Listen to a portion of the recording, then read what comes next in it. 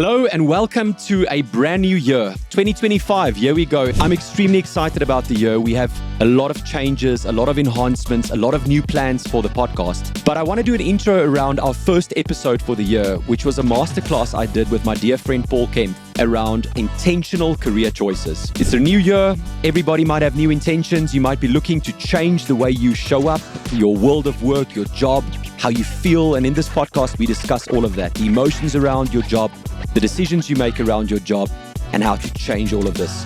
So tune in, enjoy the episode, and I will be sharing more about the updates on solving the people puzzle soon with all of you. Have a blessed 2025 and welcome back. Welcome to Solving the People Puzzle, the HR Thought Leadership podcast hosted by myself, Francois.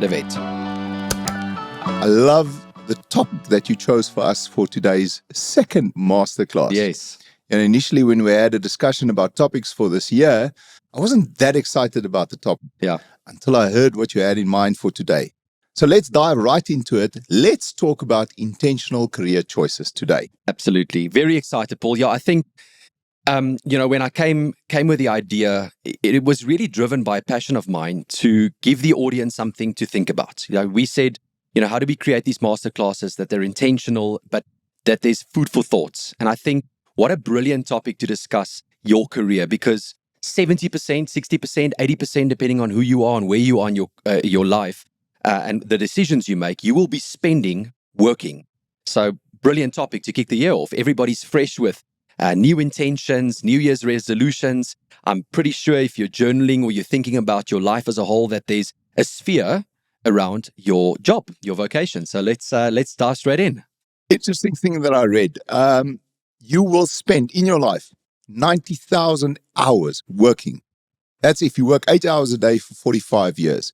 It's an extraordinary number. Wow. And I think it's important to understand what that number means. Yes. It's such a large part of your life, and you need to make a choice, an intentional choice, very early on in your life, whether that 90,000 hours is going to make you happy, it's going to make you sad, it's going to make you angry, it's going to bring joy into your life. And I think that's what we want to delve into today. 100%. I think that's phenomenal perspective. Often people jump into their career and they think, well, this is me for the rest of my life. But to put a number to it, 90,000 hours, I think it can bring new perspective. But I want to take you back to a thing you said earlier and maybe just bring my story in. So I often tell people that my career, I frame as the accidental profession. I'm an industrial psychologist by trade who's now a tech founder and a business owner and a CEO, and all of it was not planned. It's accidental. But when we start out our career, if we just go back to the practicality of it, you're 18, 19 years old. If you come from a traditional family, you're going to go and you have the funds and you have the privilege and, you have the access to go to university or to tertiary education. You have to make this decision. What am I going to study? And that there is the very first decision that kind of starts opening up doors towards a future career path. And my thinking around it, as I got older and I reflect back to this topic and this part of the conversation, is how difficult such a massive decision is for someone relatively young. And now for all the 18, 19-year-olds listening, I know you think that you know everything and you just finished school and you've got it all figured out, but you haven't. And it's a massive decision, right? At the age of 18, 19 to make. Okay, but I think that gives us a great opportunity to start off by you telling us just very quickly what that journey looked like for you and how you got to where you are today. Just briefly, because I think it's a good example of what you're referring to. Excellent. So 2 points. One, what was the journey and how did I get where I am today? Okay. So as a matriculant, as a kid at high school, I was an avid tennis player. I come from a big tennis family. Very proud to say that, my life was tennis. And I wanted to become a professional tennis player. So I wanted to go to the States. I wanted to go and play college tennis. And I have a heart condition. So you know this, the audience, some members might not know this, but I've had 2 heart operations in my life. And my heart did not allow the physical requirements of a college and professional tennis player at the time. So I couldn't go. And I had to make a decision, well, what now? And so Potch University approached me and they said, listen, we'll give you a scholarship, come play tennis for us. And so I was like, let's go and play tennis in Potch. And obviously at the time had to make a decision what to go and study. And I sat with my dad, and we actually, which is a bit of a funny side story, most kids, standard 9, matric, do these assessments at varsity around, what should you go and study. And my report came back saying I need to be a race car driver, which is very funny. That's weird. Maybe because of the risk-taking in me or, whatever, adrenaline. But I ended up going and studying psychology. And I wanted to be South Africa's next Dr. Phil. And that's an honest, true one-liner. I really believe that, that was what a psychologist was, which again, from an insights perspective, just highlights how little kids know about the world of work. But that we can potentially have some time to double click on. So I went to Potch, studied psychology. I was there for 7 years. I walked away with 5 degrees, which was never the plan. 7 years, 5 degrees, psychology, industrial psychology, honors masters, the whole thing. And at the end of the 7-year journey, all streams of psychologists need to go and do an internship. And industrial psychs don't really get to choose where you go. The opportunities are limited.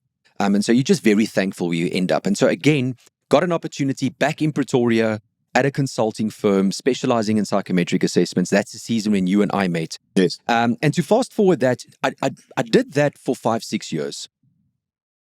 And after that, started my own consulting firm, then started Whamley, built the tech business. That's where we are now. But key highlight through all of that is, how did I get here? And I followed magic. I followed energy and passion and flow, and just where I felt like I could make a difference without expecting the outcome, the desired outcome. I know some people start their career and they desperately want to be a doctor or a lawyer or an advocate or whatever the case might be. That wasn't my story. My story was, in what space am I now, and is there flow? Can I follow that energy, that magic, I call it? And looking back now, I actually got a photo, a memory last week on my iPhone, where last week, 12 years ago, I started my career. So it's been 12 years of following the magic. Fantastic. 2 quick comments. First, I also played tennis at school. Never had the dream of being a professional tennis player, but we still haven't played a game of tennis. We haven't. Let's find a way. Either tennis or paddle. Maybe you can beat me in tennis. Let's see. Because it's not going well with the golf. Watch out. And then the second comment, that thing about being the next Dr. Phil. Maybe not quite Dr. Phil, but I think the way we want to go with this masterclass, You never know. You never know where you might end up. You never know. Interesting journey. I think just maybe from my side, tell me, share yours, please. Brief story about my journey and where I got to where I am now, because I do think there's some value in that for the listeners and the viewers. I was convinced at school what I wanted to do. I didn't need these, I think they called them aanlegtoetse in Afrikaans. I can't even remember what they called them in English. But I didn't even need those tests because I knew exactly what I wanted to do from a very early age. I was one of those weird kids. From an early age, I said I wanted to be an actuary. To me, that was everything. That was all I wanted to do. That's all I ever dreamed of. A maths guru. Yes. And where's the problem with that? By matric, I was told that my maths wasn't good enough to be an actuary. Simple solution, go for extra maths classes. Yes. Went for extra maths classes, got to the final exams, and lo and behold, I got a B in maths. And I was told, forget about the actuary thing, went and studied BCom managerial accounting, finished university and started working in the property industry. Then I worked in the second-hand furniture industry. Then I worked in the antiques industry. Sure. And probably for the first 4 or 5 years of my life, I was doing jobs that I did simply because that was what was available. Yes. But every single job I did, I felt this wasn't what I wanted to do with my life. And it was not just because I couldn't be an actuary. Yeah. It just didn't feel right to me. It felt as if there wasn't a fit. Yeah. And then I accidentally landed in the insurance industry in 1998. Pure coincidence that I got there. And same story. It wasn't bad. Yeah. But it was something that I felt was a job. I could make some money out of it, support my young family. But I didn't fall in love with it. Yeah. And the change for me came around 2006 when I had been at my current employer, FFG, for a year and I didn't like my job. Yeah. I didn't like what I was doing. I didn't like the people I was working for. Things just didn't feel right. And I was looking for another job. And something happened in me at that time. Yes. 2006, I was 33 years old and I realized something, that if I go on this way, I run the risk of working the rest of my life and never finding something that gives me joy. Yeah. You have to find joy in what you do. Yes. You have to find meaning and purpose, and that meaning and purpose and making a difference in people's lives is what will eventually give you joy. Yeah. And that was the magic for me. That's when it started turning.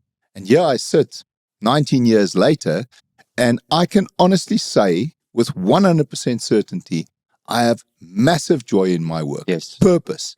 I feel valued. I feel as if I make a difference. And I want us to just explore that a little bit more and try and help people, as you say, especially young people, getting into their careers, in figuring out how to, as soon as possible, get to that point where you find that joy, that elusive joy in what you do every single day. You know, you mentioned 3-4 times, you alluded to emotions. I felt there was something in me.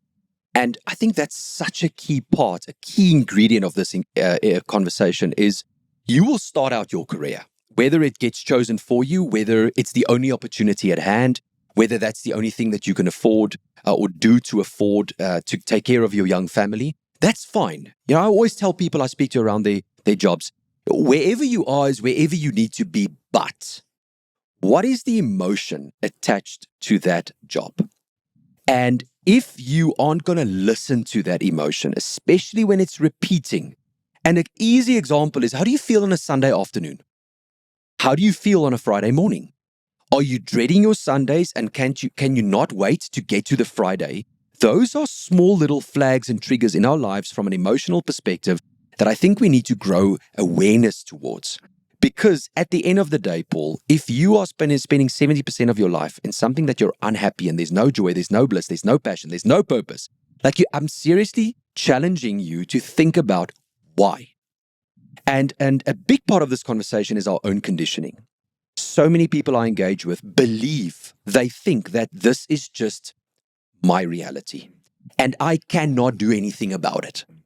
And I think there's such a big ingredient here around listening to those emotions that get stirred up in you, because our emotions come from our experiences. You know, what do you experience on a daily basis in your job?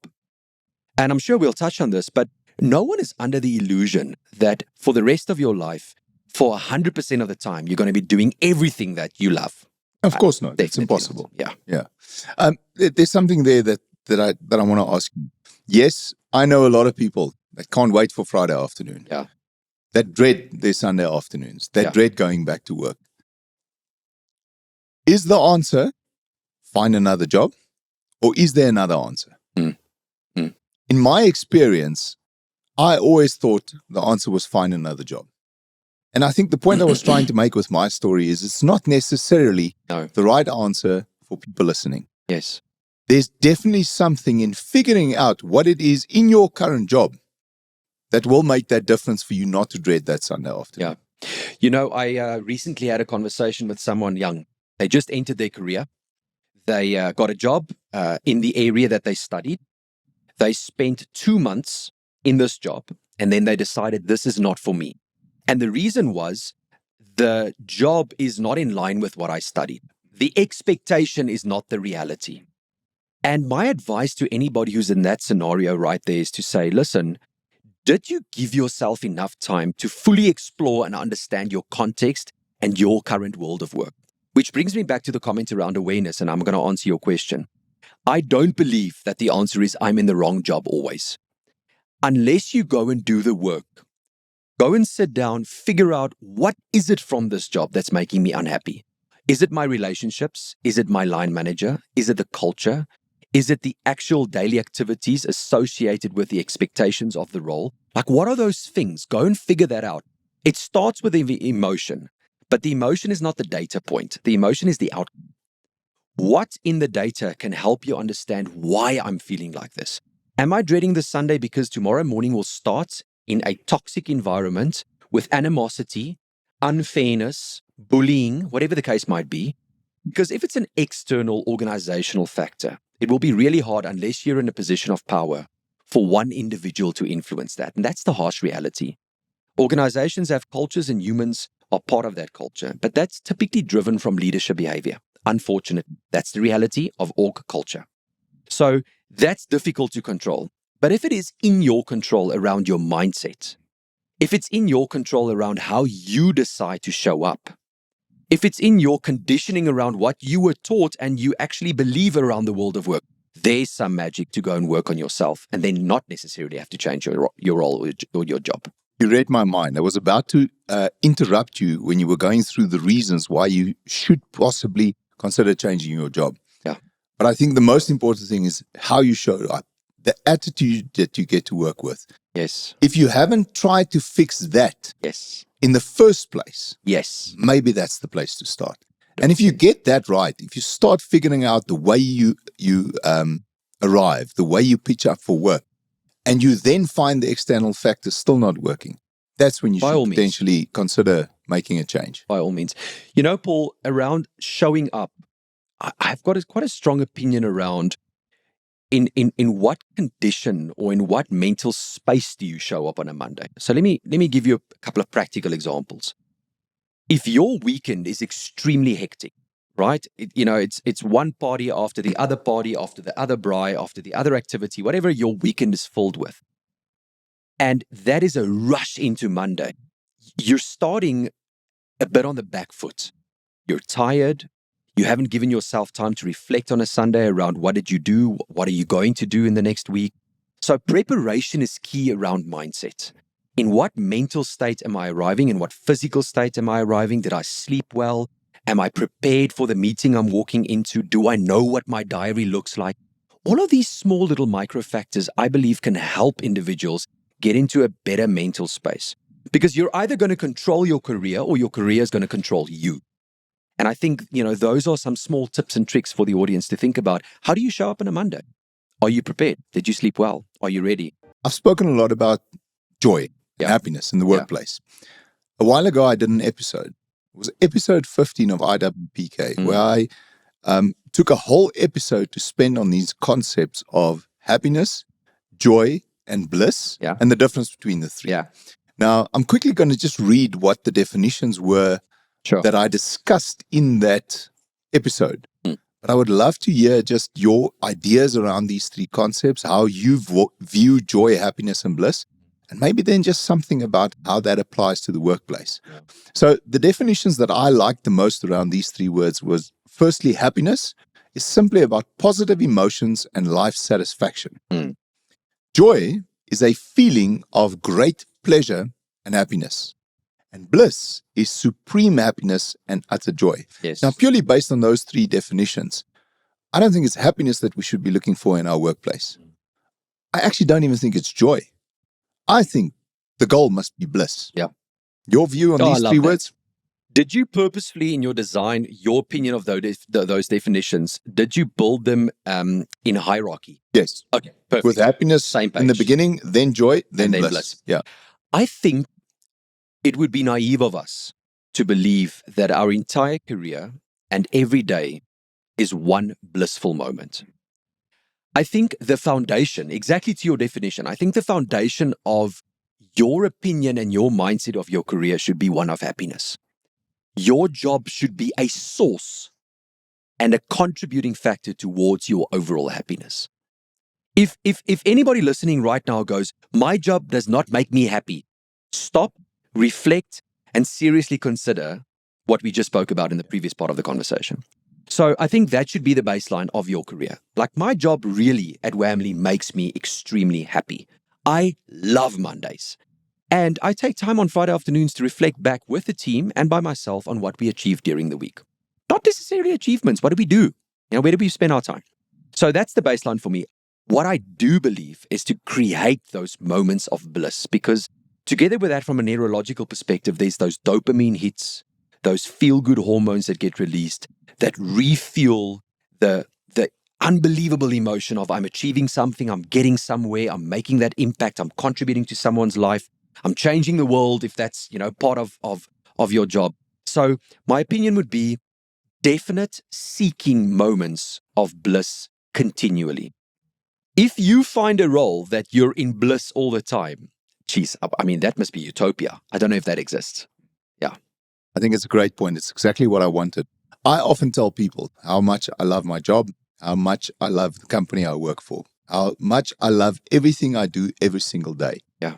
And it goes beyond happiness for me. Yeah. I genuinely obtain joy in what I do every single day. I look forward to Monday mornings. Yes. I'm not going to say I dread Friday afternoons, because at least Friday afternoons bring me closer to the Saturday morning golf. But I definitely don't dread Mondays. But I'm going to go out on a limb here and say, I don't think I'm necessarily at the point yet where I can say my work gives me bliss. And I love this idea you have of, to get from the joy to the bliss, create the moments of bliss. Yes. I read something around, I think it was Richard Branson that said it. He said that we spend so much time of our lives at work, and we try and bring fun into our lives at home, in our social life, in what we do.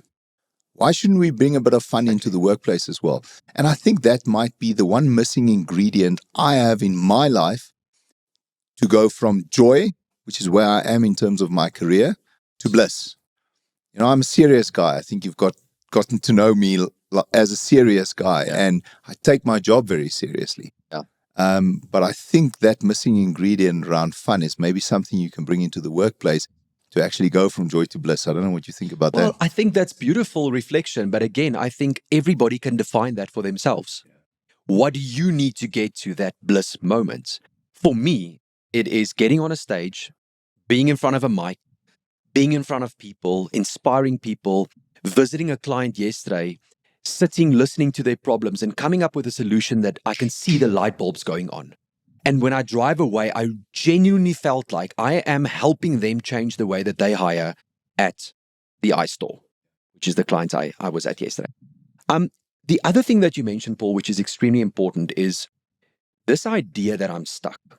So if you're listening to this and you're going, well, I'm happy, but I don't have joy and I definitely don't have bliss, I think often people accept, well, that's just the card that was dealt for me.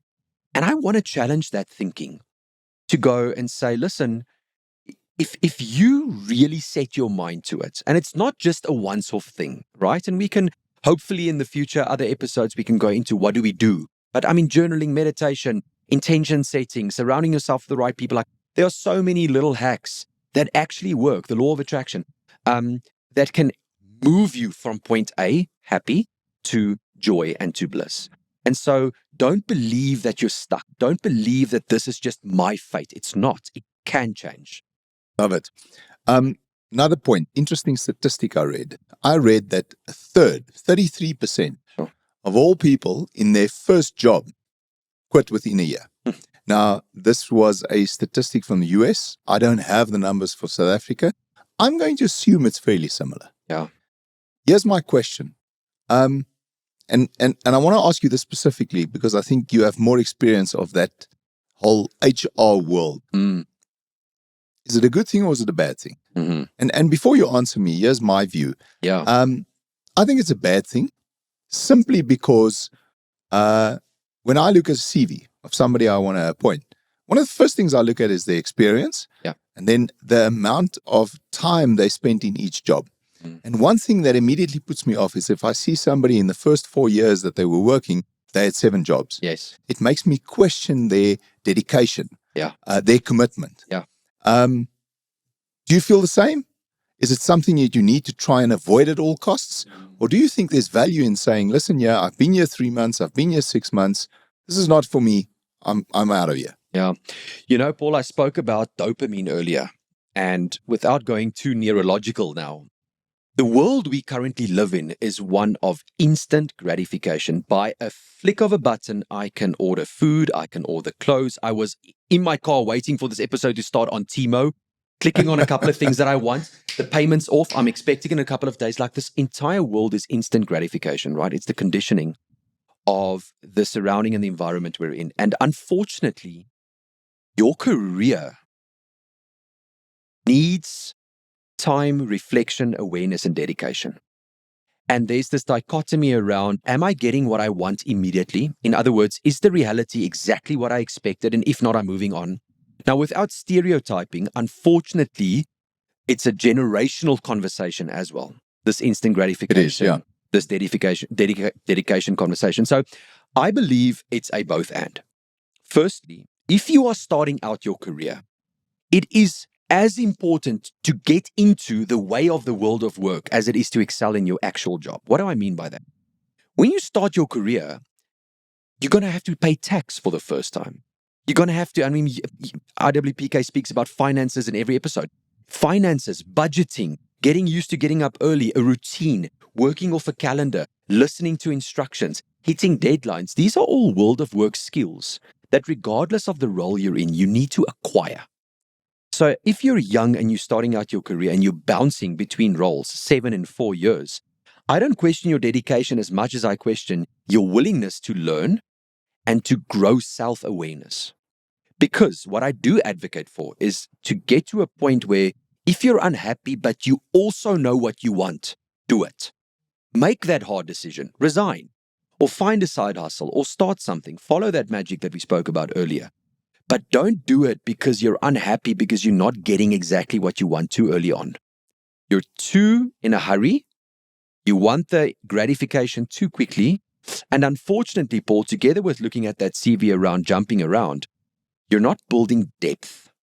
A lot of HR execs that I engage with tell me that people get either promoted too quickly or they bounce around jobs so much because they're chasing increases that when they finally land in their dream job, they don't have the depth. So they're out of their depth. In other words, they can't deal with the complexity of the role because of their capability that they did not give enough time to grow and excel in. Excellent point. There's a quote that I wrote down that I was looking for an opportunity to read to you. And right. I think this really sums up a lot of what you've just spoken about and what we've already covered in today's masterclass. Yeah. The quote is as follows. It says, always be grateful for what you have, but never stop pursuing what sets your soul on fire at work. Yeah. And I think that's such a great summary, such a good end to what we're discussing here today. You know, look at what you've got at work. Be careful to just jump from one job to another. Yeah. Be grateful for what you have because things are difficult out there. Yeah. You know, we're sitting with a massive unemployment crisis in South Africa. You can't just leave a job just because one or two things are bothering you. So be grateful for what you have. But I love those words. Pursue something that sets your soul on fire at work. Wow, that's the bliss. That's the bliss. I want us to end off by asking you a last question. Yes. Okay, so you spoke about loving your job, and I know you do. Like, I know I've seen you at FFG. I've seen you in action in front of your employees. I know that you, like, I can guarantee anybody listening that is you. What, apart from your role, do you think in 2025 you're going to add to increase that bliss? I'm putting you on the spot, but is there one thing that you would like to commit to and add to increase and get you to the bliss? There's a couple of things, and that's going to bring me to a last question for you. So the first one is undoubtedly fun. I've already mentioned it. I'm a serious person. I've been told by the production team, smile more on the camera, and I'm trying to do it. But I think fun is really something that I have to try and focus on bringing in, not just in my social life, but in my work. So fun is definitely one of them. But I've also decided this year to do certain things that matter in my life with more intensity. I did an episode last week on Word of the Year. Yeah. And I told the listeners and the viewers what my Word of the Year was. And it's all about intensity. It's all about taking things to a next level. And that is something that I want to do in my work as well. Okay. But very specific. I'm not talking about everything in my work was just be taken to a next level. So one of the things that I'm going to focus on in 2025 in our company specifically is developing relationships. Okay. Beautiful. I want to make that my biggest focus as CEO of the company in 2025. Were you inspired by episode 1? Yes. Friendships. The point about this is that I want to get closer to our clients. Okay. I want to develop a stronger relationship with them. And not just a professional relationship, really getting to know people, really developing a strong relationship with them, but not just our clients. I want to develop closer relationships with our employees, with my colleagues. Beautiful. Understanding what makes them tick, understand what's important to them, so that we can build an organization where not just we bring in a bit more fun, but we're getting closer to each other. We're building a stronger culture. So those are the kind of things that I'm intentionally going to do in 2025 when it comes to work. I specifically look forward to hearing what you did that created more fun. Great stuff. I spoke about the Word of the Year. You and I do it quite often. Your Word of the Year, if you want to share it today. Absolutely. I'm very passionate about Word of the Year. So my Word of the Year for 2025 is brave. And brave for me is around being bold and brave to make big decisions. There are massive decisions to be made from a professional perspective that I'm looking forward to, but that also scare me. And so being intentional around the word brave and reminding myself that when I have these emotions of, oh my goodness, can I do this? Can we do this? Is this the right decision to be brave? So very excited about brave. Love it. Excellent word. That brings us to the end of today's episode. I started off this episode with a quote. Yeah. I want to go back to that quote. Yes. The quote is by a guy called Howard Thurman.